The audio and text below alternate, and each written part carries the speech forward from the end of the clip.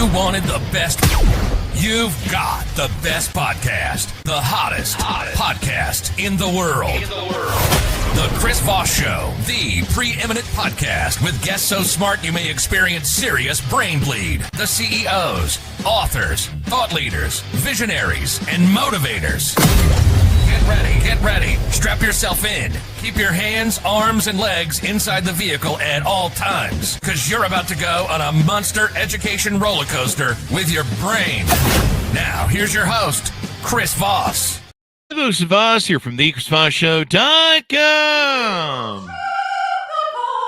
There you go, ladies and gentlemen. There are only 6 of them makes official. Welcome to 16 years, going on 17, 2,400 episodes of the Chris Voss Show. Just an amazing, wonderful groups of authors that we've had on the show over the years, and et cetera, et cetera. Today we have another young gentleman we're going to be talking to, but in the meantime, refer the show to your family, friends, and relatives. Go to goodreads.com/Chris Voss, LinkedIn.com/Chris Voss, Chris Voss One, the TikTokity, and all those crazy places on the internet. Today we have an amazing young man on the show with us today. Lewis McCall joins us. He's a multi-book author, and his latest work came out January 23rd, 2025, called Mary, Intimate Witness to God's Love Incarnate. We're going to get into it with him, all the details, et cetera, and some of the things in his book, and maybe things that you might like that improve your life. Dr.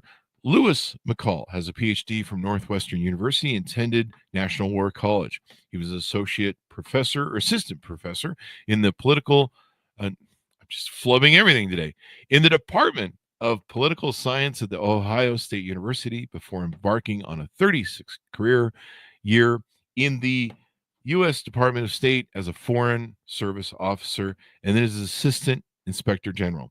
It was a career that had him live in or work in 60 different countries, in addition to other countries visited for pleasure. He's now retired from government service and is the author of Christian books and simultaneously serves in lay capacity in a major Protestant church and Catholic parish in Washington, D.C. Welcome to the show, Lewis. How are you? I'm fine, Chris. I'm fine as well. So give us .coms. Where can people find out more about you on the interwebs? Well, there's my website, which is lewismccallinternational.com, and my online bookstore, which is books.by/Lewis-McCall-International. There you go. So give us a 30,000 overview. What's inside your new book? This book is unique because it's about a very important figure, both in religion and history, but it looks at her in a very different way than has been portrayed before. And tell us more. Well, there are some that, in the first place, there aren't too many books actually written about Mary. Mm-hmm. It's strange, but that's the way it is. I like doing biblical historical characters as fiction, which means that I'm using a lot of my own literary license to fill in the blanks between the verses, because actually there's only about 3 places in the Bible where Mary speaks. And that was when she first went to her cousin when she was pregnant, and she spoke something that people call the Magnificat. It was actually prophetic. Then there was the time that they lost their son, Jesus, when he was 12 years old, and they found him in the temple and rebuked him, for causing them to worry. And he soldiered up and went back with them to Nazareth. Then there was the time that Jesus began his ministry at 30 years old and was up in the Galilean region and attended a wedding at Cana. And she basically provoked him to perform a miracle, and that was the beginning of his miracles. And she did so by telling the stewards at the wedding, look, whatever he says, do it. And so you basically, historical fiction is how the book is framed. Is that correct? That's correct. It is based on the Bible, but Mhm. there's a lot that the Bible doesn't say. So Mhm. I'm filling that in with my literary license. There you go. Now, you've written how many books? I see quite a few books here on Amazon from you. I've published 6 religious books, Mhm. and I have another which is done, and it will be out before the end of the year, a 7th one. Now, for those who'd be interested in your work, are they all historical fiction, or do they fall into different formats? The first book that I did was actually what's known in Christian circles as a devotional, Mm. but it's a little bit about my life as well. Mm-hmm. It was one that I did not feel free to write until I finally left government service, because in our government, they like to vet what you do and change what's in it if they don't like it. Mm. Yeah. So you took in what prompted you to want to write the book about Mary? You've written about several other people, but what drew you to it? What was your thing that went, I think I got a book on this? She is unique, and I've had a lot of, I think, unique people in my life that were women, and I wanted to honor her. In the beginning of the book, I talk a little bit about my family and the women that were important to me, and women that I've met along the way, including now Saint Mother Teresa. In fact, I include a picture in the book. Oh, really? Of me with Mother Teresa in my office in Calcutta, India, when I was the vice consul there. I helped her with a number of things. Mm-hmm. And she was an amazing character. She was honored by the Indian government. They gave her a diplomatic passport. Mm-hmm. She could fly anywhere without charge on Air India. Mm-hmm. Wow. And people that weren't even Christian would come and work with her, because in India, they considered Mother to be what they call a great soul. Mm-hmm. And that in their terms, you draw what they call darshan from being in her presence. And they just wanted to do things with her. Darshan. That's it's a new term I've learned today. Yes. That's a Hindi word. Is there a specific meaning behind it? As I said, it means that you are drawing basically from that person's essence. Ah, okay. Yeah. There you go. When you're around good people, you catch their vibrations, their energy. There you go. I think I know how that works. I've hung out with some good people before. They don't like to hang out with me though, because I'm just a bad person. I smell bad too. But that's another story. I mean, I shower once a week. I don't see what the big deal is. Anyway. Well, they criticized Jesus for the people he hung out with. Yeah. I don't think he showered much either. They didn't have showers back then. You just went down to the lake and, I don't know, wash your feet or something. But he was able to shower himself with turning wine to water into wine. So he had that going for him. That's a trick I keep trying at parties and never goes well. I don't know what even that means. I just made it up. I can see myself. I'm just trying to figure that joke out as soon as I said it. So there you go. So you talk about Mary, and do you basically maybe start at the beginning of her life, or do you start at a certain time point? In her case, I started at the beginning of her life, which is a very humble beginning. She's just a peasant girl in a very small town that people would say, can any good thing come out of that place, out of Nazareth? There's a great band that came out of there from the 70s for you Gen Zers.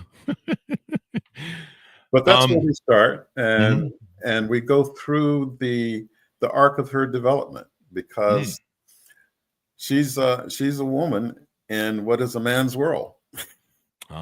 And women they're just not really counted. For example, when Jesus fed the multitudes of people, they only counted the men. Oh, really? That's right. Women and children were there, but they didn't count. Maybe they weren't of drinking age or something. I don't know. No, that was the way women were thought of. Ah, there you go. And so you tell the story of her life, her influences. Do you take it all the way to her passing, or is there a time when it ends? Yes, it ends at that point. Mhm. So yes, and At the point that she passes away from old age? yes, Okay. I take it I all just the want way to there. clarify that. Mhm. Yes, and actually, you don't. After Jesus is crucified, uh, you don't hear very much about Mary anymore Yeah, in the what's up with Bible. that? You don't hear her name called. She's not stepping forth to speak. Nothing. It's like she's an invisible person. Hmm. So I'm bringing her to life and Mhm. giving her voice. Well, there you go. There you go. She finally gets to say, hey, like, why'd they leave Mary out? I mean, mother's love is probably the most important. Was Mary at the crucifixion? I know it's been a long time since I Yes, read that Bible. yes, Yeah, she was. She was there with several women and she's the probably Apostle pretty. John. Yeah, she's probably pretty upset Her about it. own sons were not there, Mm-hmm. and the disciples, apart from John, had fled for their lives because they thought they might be crucified too. Yeah, boy, they aren't. They don't back up a dude very well, do they?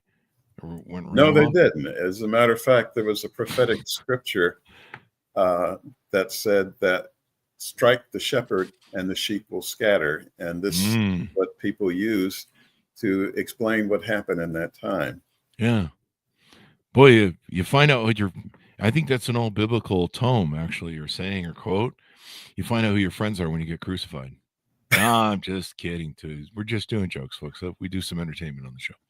But yeah, it's kind of true. If you want to find out who your friends are, set yourself on fire and see how that goes. But I mean, no one likes to be crucified. Last time I checked, it's kind of a low on people's what's that bucket list? It's low on the bucket list thing. So and I imagine I mean the whole thing that prompted this sort of joke segue was, I mean, she marries a mother. She's there at her son's crucifixion, watching him be killed and destroyed slowly and painfully. I mean, you'd think that, they would include something that she was, pretty upset about the whole thing and had some things to say, I mean, I think Yes, you would, but she did not get that opportunity until much later in life. And that is what I bring out. There you go. There you go. Now, was that opportunity later in the Bible itself, or it's in your book? It's in my book. As There you I said, you don't hear much about her afterwards. She's not given a platform that she's certainly earned. Mhm. Nothing. Her son, one of her sons, James, he became a leader in the church, the early church in Jerusalem. But she was not. She was there, but she was on the sideline. They would talk about her, but she wouldn't be able to talk of herself, to present her own side of things. Yeah. It's like you're a potted plant. Yeah. She's like over there going, hey, you guys are talking about me. I'm right here, eh?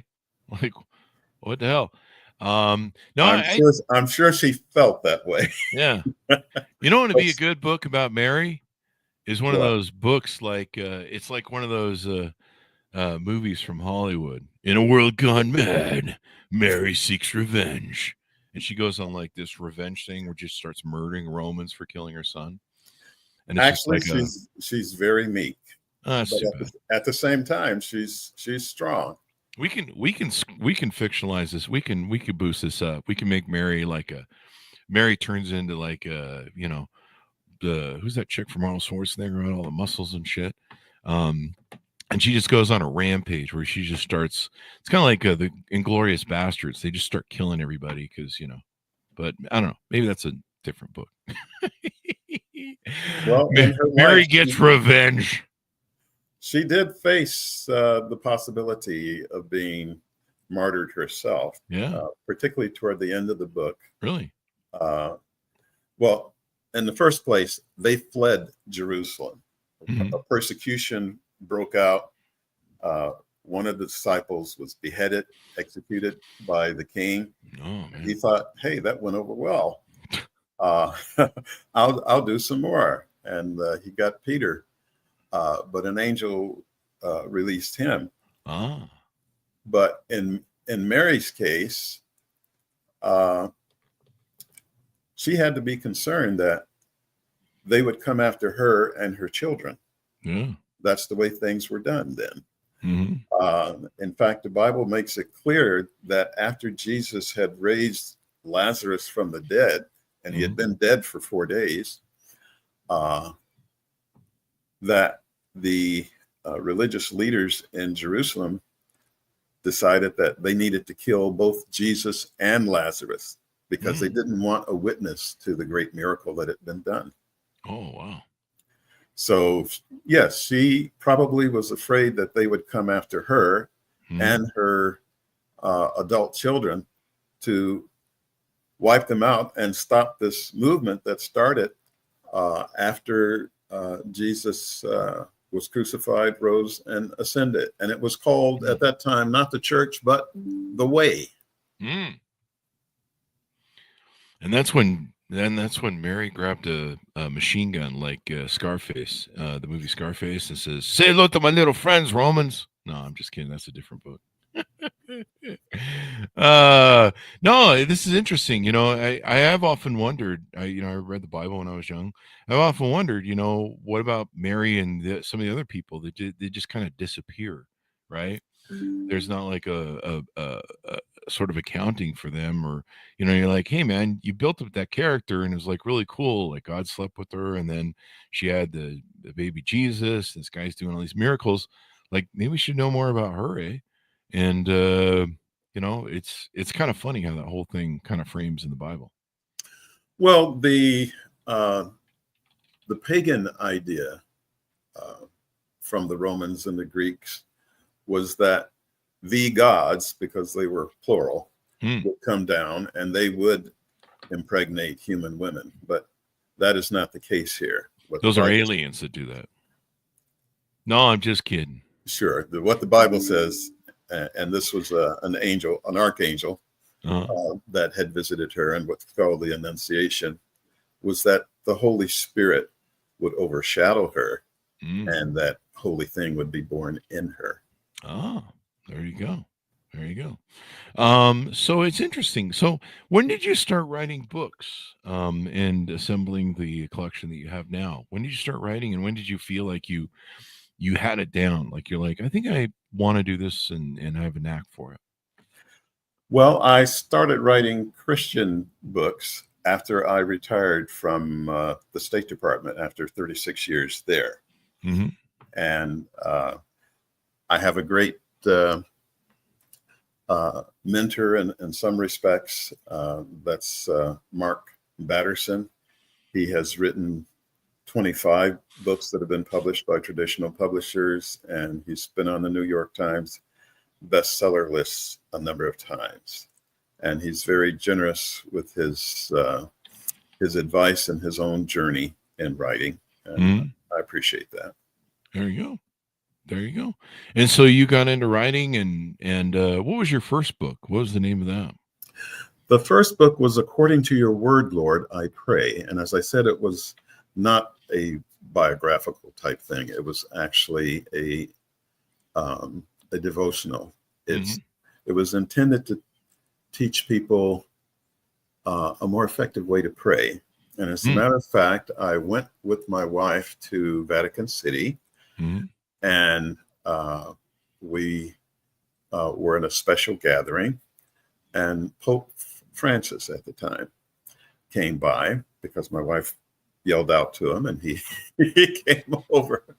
But he took her, put one hand on her head and one arm around her, and he prayed for her. Wow. So she about, being a Catholic, she about fainted. Yeah. But I had a copy of that book with me, and I speak Italian because I was consul general in Florence, Italy, for a couple of years. And so I asked him if he would, in Italian, if he would bless my book on prayer, which he did. And then I presented it to him. Wow. So that was that was a bit of a high point for me with that first. Yeah, meeting the Pope as a Catholic. That's money right there. I think there's a lot of Catholics that would love to, have that. So, Yes, I'm not a Catholic though. Oh, I thought you were from. I think you worked with some Catholics. I think in your bio is what I read. Yeah, well, I work with Catholics now. Okay. In fact, I cantor at my wife's parish. But I am also very active in my own Protestant church. Okay. All right. So you're a Protestant who hates Catholics. No, I'm just kidding. I'm teasing. Teasing. He doesn't. He's married to a Catholic, right? Wife's Catholic. Well, just a few days ago, I had a Catholic priest that was determined to convert me to be a Catholic on the spot. Did you arm wrestle him for it or flip a coin? No, I decided that I was not going to continue with the debate. There you go. Well, sometimes some people have their own things, whatever. But I would have flipped a coin or said, I don't know, see who can run the 30-yard dash fastest, and maybe something like that. I don't know. So as we go out, final thoughts to give people on why they should pick up your books. Do you want to touch on any other books? I know you got one on Joshua and a few other people from the Bible. Well, there's one that has become quite popular, and it's called "He Chose the Glory: The Life and Legacy of Obed-Edom." He's an obscure Obed-Edom. He's an obscure character, but there's a lot written about him if you know where to find it and pull it. And his clan goes through the history of Israel. And the important thing about him was the unique role that he had with the Golden Ark of the Covenant. This is not Indiana Jones, but he had possession of it. And King David got it from him, brought it to Jerusalem. It was the first time in the history of Israel that ark had been brought to Jerusalem. And David started something new there based on what he learned in visiting with Obed-Edom. And the Ark of the Covenant is gone. Okay. Indiana Jones did not find it. And when Jesus was doing his ministry, there was no Ark of the Covenant inside that temple. That temple was destroyed in 70 AD by Titus, who was the son of a Caesar and who later became a Caesar himself. And they just took it apart stone by stone because there was so much gold in there. It melted through the walls when they torched it. Wow. But the ark was already gone. That ark left during the time of the prophet Jeremiah. And there was a prophecy that it would be forgotten and that another one would not be made. And I wrote a book about that, which is one of my other books. There you go. And so what fascinates you with stories from the Bible? They're true. And yet, there's such a fascination today with Superman and people with strange powers and stuff. But these guys were the real deal. And they defied physical science with miracles that they did. And they were human. What Mary's son James said about the prophet Elijah, because James wrote one of the books in the Bible called James. He was the half brother of Jesus and a son of Mary. He talked about Elijah and he said he was a man just like us. And that's what Mary is. She's an ordinary person just like us, but she was full of grace that God gave her for this special role that she had.